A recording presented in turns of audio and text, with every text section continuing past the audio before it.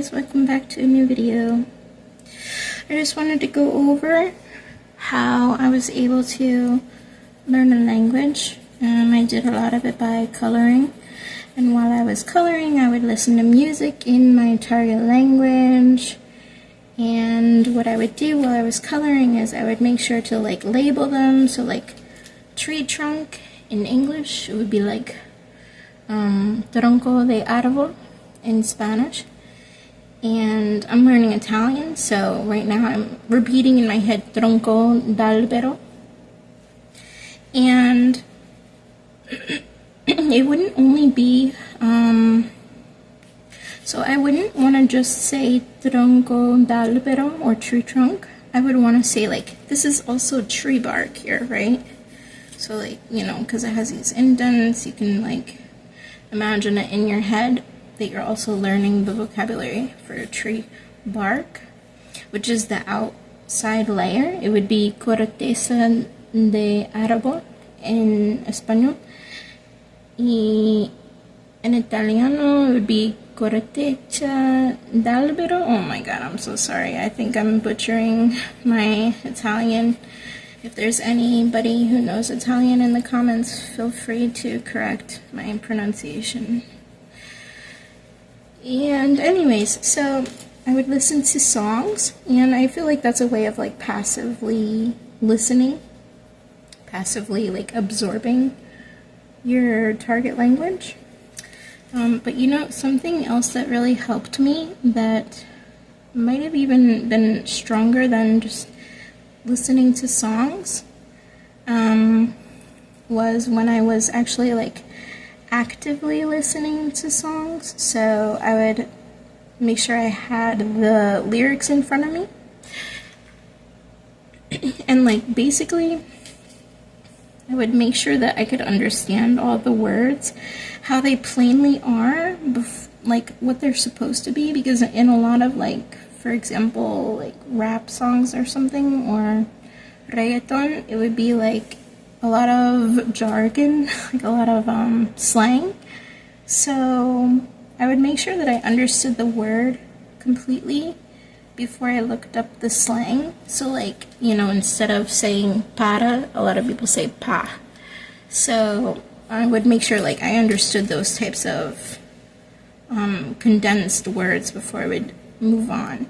So once I understood the regular way to say it, and I would sort of say it in my head while I'm listening to it the first time.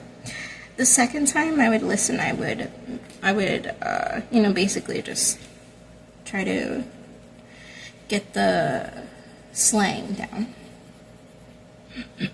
So basically that helped me, and another thing that helped me actually is just taking my time. I would say that actually maybe going 5 minutes at a time and not overwhelming yourself, especially if you're learning alone.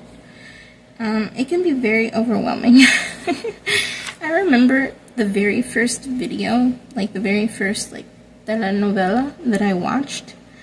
It was so difficult, and I thought I knew Spanish, and I couldn't believe how much I barely knew any words, and I couldn't believe how much I didn't know. And so I could only do 5 minutes. I couldn't even do more than 5 minutes. So yeah, I recommend not overwhelming yourself, even if it's just 5 minutes a day, consistently for the first couple weeks or something. Don't overwhelm yourself. But I learned more from that 5 minutes of watching that movie.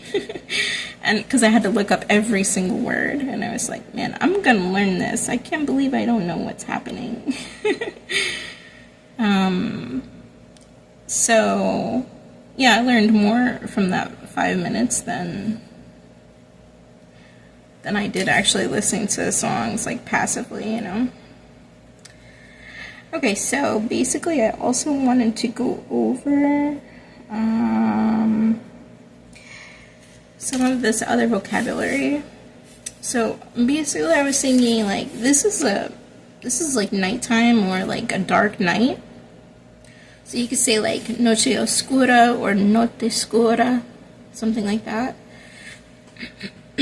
These are like falling leaves, so like hojas cayendo, or, oh god, I'm gonna say this wrong, I'm so sorry about my Italian. Foglie che cadono, I don't know. Anyways, you get the picture. So the branches, those are ramas or rami, and you have like a light. I would say this is like a softer light. So a soft light, luz suave or luce soffusa.